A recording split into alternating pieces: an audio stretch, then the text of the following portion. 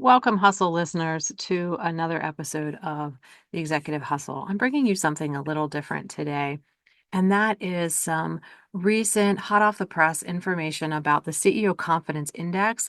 This is an offering of Vistage Worldwide, as you may know, an organization that I am part of in helping CEOs navigate the world of leadership.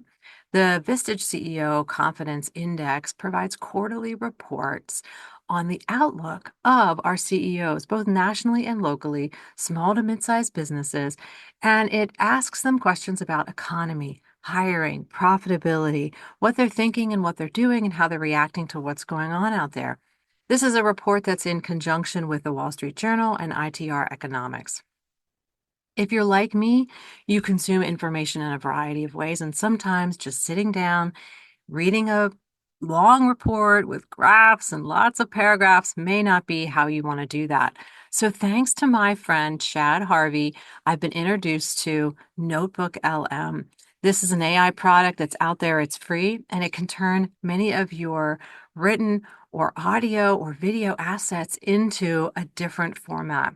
So I'm going to bring to you today a podcast, an AI-generated podcast, 10 minutes long. It's going to dive into this ITR report and give you just a different way to consume this information. So I hope you enjoy. I hope you learn something, and we'll see you on the other side. Welcome back to the deep dive. We're diving into something really important for you today. Oh, yeah. The economic outlook. Okay. Specifically for South Central Pennsylvania. Right. For those of you running companies, in that sweet spot. Sweet spot. Okay. Between 35 million and 250 million in revenue. All right. Got it. So we've got this Vistage CEO Confidence Index report. Okay. Hot off the presses. And we're going to break it down. Okay. What it all means for your business. Awesome. So, Yeah. it's interesting. What is? There's this kind of cautious optimism Oh. among CEOs in Pennsylvania. Okay. Even with inflation Yeah. being so persistent, Inflation's tough, definitely. they're actually feeling a bit more confident More confident, huh? about the economy bouncing back Oh. Okay. compared to the national average. Interesting. So Pennsylvania CEOs are feeling like a little bit more rosy about things than the rest of the country. Yeah, that's what the report's saying. Huh. All right. So what about this interest rate cut then? The Fed finally made a move. That seems like a win, right? Right. But here's the thing. Yeah. 60% of CEOs are saying Yeah. it'll be 2025 2025. before they really feel the effects. Oh, wow. So what does that mean? What's the game plan? Well, I mean, I think it might be tempting to just sit back and wait, right, Yeah. for rates to drop further. But I think that the smart move here Yeah. is to actually be acting right now. Okay.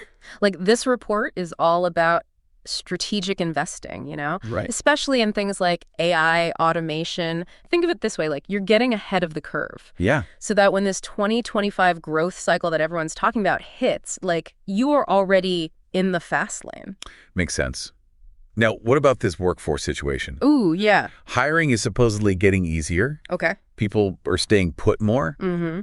But there's this whole thing called workforce velocity, and that has slowed down. Okay. Workforce velocity? Yeah. What's that all about? I don't know. What is that? So imagine this, right?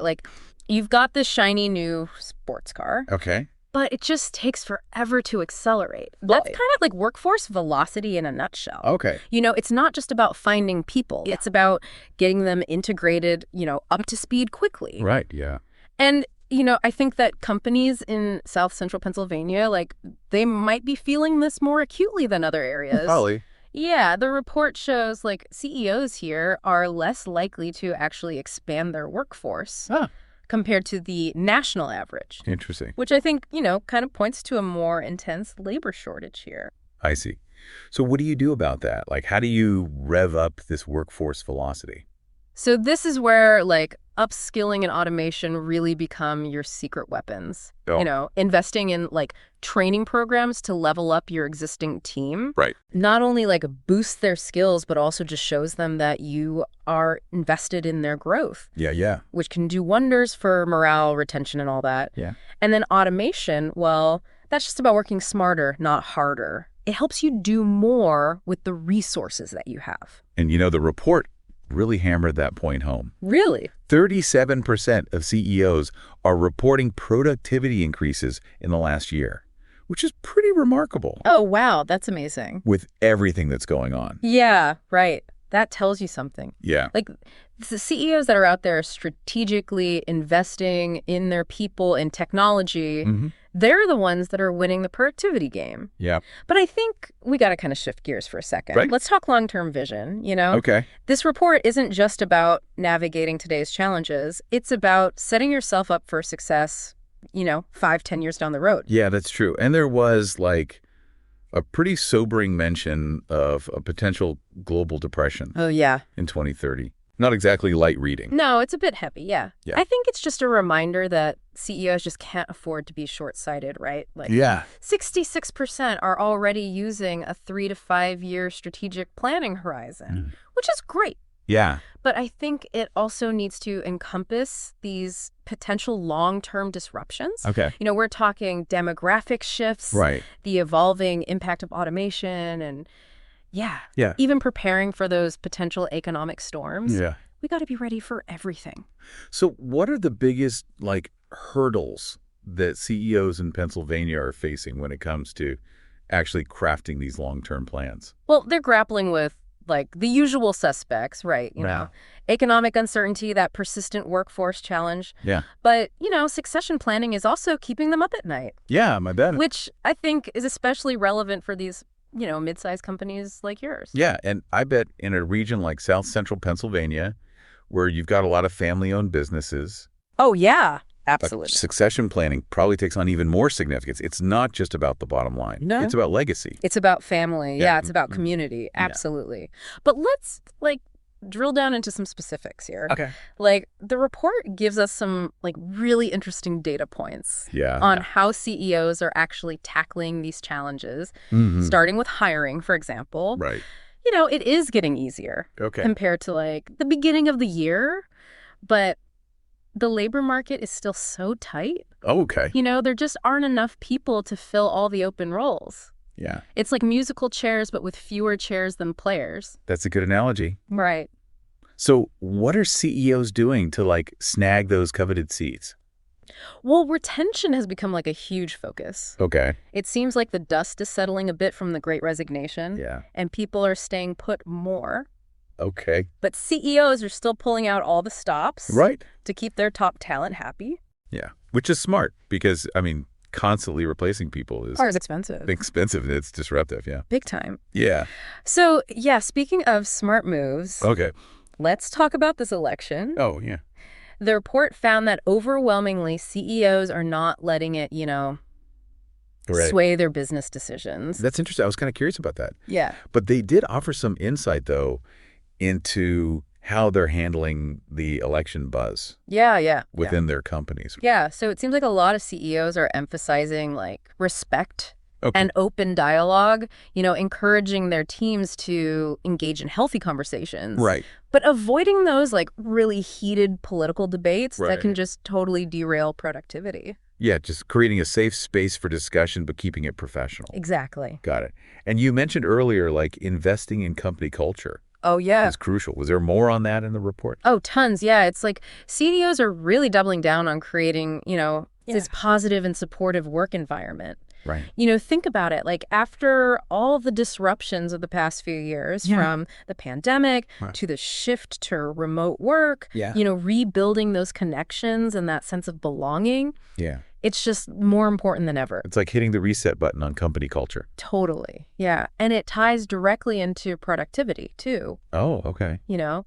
A strong company culture can lead to more engaged employees. Yeah. And more engaged employees are productive employees. Yeah. It's a beautiful cycle. It is a beautiful cycle. Speaking of cycles, we've got this interesting dynamic with remote work. Oh, yeah. Yeah. Employees love the flexibility, Yeah. but CEOs are wondering about the impact on collaboration and innovation. It's a tough balancing act, It is. CEOs are just trying to figure out that sweet spot, Yeah. how to give employees the freedom they crave without sacrificing the benefits of, Right. in-person interaction. It sounds like a recipe for experimentation. It is. Finding what works best Totally. for each company Yeah. and team. Absolutely. Now, another hot topic that the report dives into is AI. Oh, yeah. And automation. It seems like CEOs are really starting to Embrace it. embrace it. Oh, big time. Yeah. You know, a significant percentage are either already investing in these areas Okay. or planning to do so soon. Yeah. They're using AI to streamline processes, gather insights from data, Right. and ultimately enhance productivity. Yeah. You know, it's like having this like super powered assistant who never takes a break. That's a good way to put it. Right. And with the labor shortage looming, I mean, it seems like a smart move Oh, yeah. to leverage technology to kind of bridge the gap. Absolutely. But let's get specific. Okay. How are Pennsylvania CEOs using these interest rate cuts to their advantage? So the report highlights a couple really savvy tactics. So some are reducing interest expenses on their variable credit lines, while others are taking the opportunity to finance equipment purchases instead of dipping into their cash reserves. Okay. So it's like they're playing financial chess, making these strategic moves to maximize their resources. Yeah, exactly. And some CEOs are even planning to hire additional staff. Oh, wow. In anticipation of that projected growth in 2025. Oh, that's encouraging. Right. It seems like that cautious optimism is starting to translate into concrete action. Yeah. Yeah. So it's not all just talk. They're actually doing things. Exactly. Now, the report also breaks down data by company size. Yeah. Which is really helpful for our focus today. Right. Since we're talking to CEOs in South Central PA, right. leading companies with revenue between $35 million and $250 million. Mm-hmm. We kind of want to zoom in on those specific insights. Yeah, absolutely. This is where it gets really interesting. Oh. So the report reveals that CEOs in that revenue range, right here in Pennsylvania, yeah, they're even more optimistic about the future economic outlook than their counterparts nationally. Wow. So even with all the talk about uncertainty, mid-sized company CEOs in Pennsylvania are feeling good. They're feeling good about things. They are. Huh. That's interesting. Yeah, and they're not just talking the talk, they're walking the walk. Okay. You know, when you actually look at their investment plans, it's clear they're putting their money where their optimism is. Okay. Spill the beans. Okay. What are they prioritizing? So just like the overall trends we've been discussing, they're all in on talent development and automation. Yeah. You know, the report shows a huge chunk of them are pouring resources into upskilling their staff, investing in leadership training. So they're recognizing that in this competitive labor market, you've got to invest in your existing workforce. You got it. That's the name of the game. Exactly. And by giving their employees those opportunities to grow, develop new skills, these CEOs are not only boosting productivity, but also making their companies more attractive to potential hires. Yeah. It's a win-win. It is a win-win. Right. So they're building a strong team.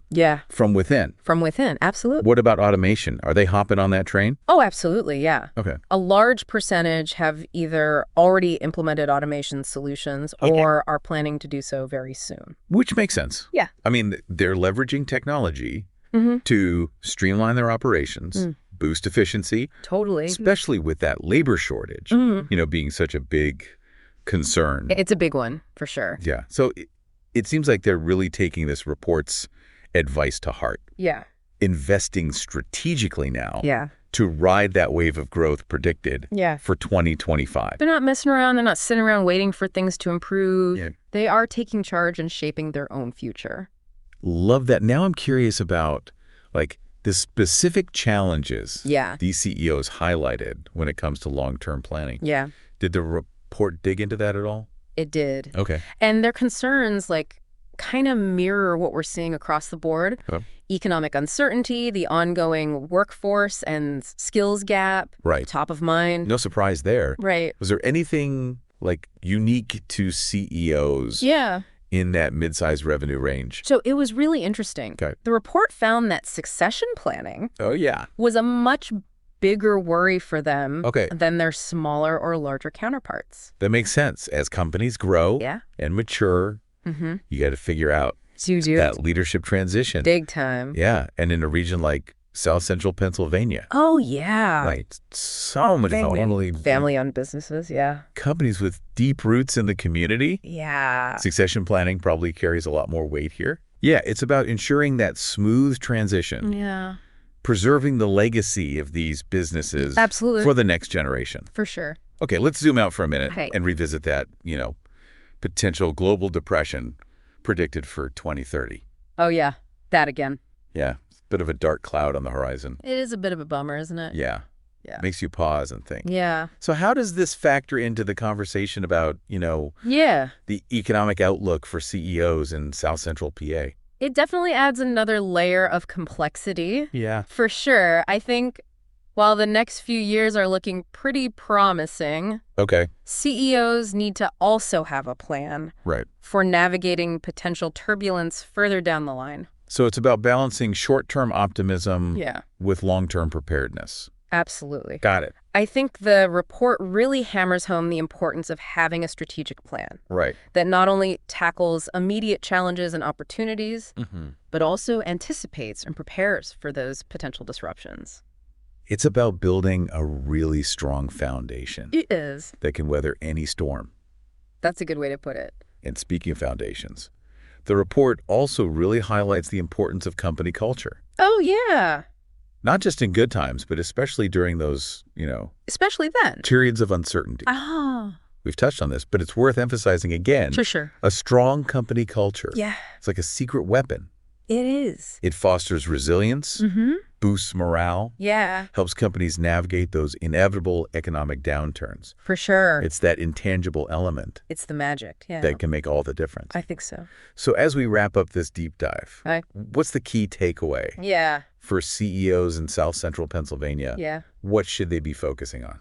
Here's the bottom line. Okay. While economic uncertainty is just a reality, Yeah. there are proactive steps you can take to position your company for success, both now and in the future. Absolutely. Invest in your people, embrace technology, Yes. create a strategic plan that looks beyond just the immediate horizon.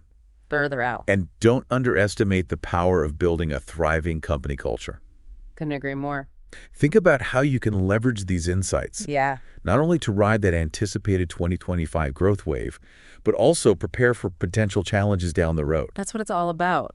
Hopefully this deep dive gave you some valuable food for thought. Yeah, something to chew on. Until next time, keep leading with confidence. Thank you again for joining me today for another deep dive into the hustle of leadership. You can find more episodes, conversations, and interviews on Apple Podcasts, Spotify, or wherever you choose to listen. Subscribe, rate, and review. Remember, leadership is best practiced in community. You know a leader today who needs to hear something from this episode. Pay it forward and send it to them. Don't wait. Until next time, the best leaders not only lead well, they live well and learn well. Bye now.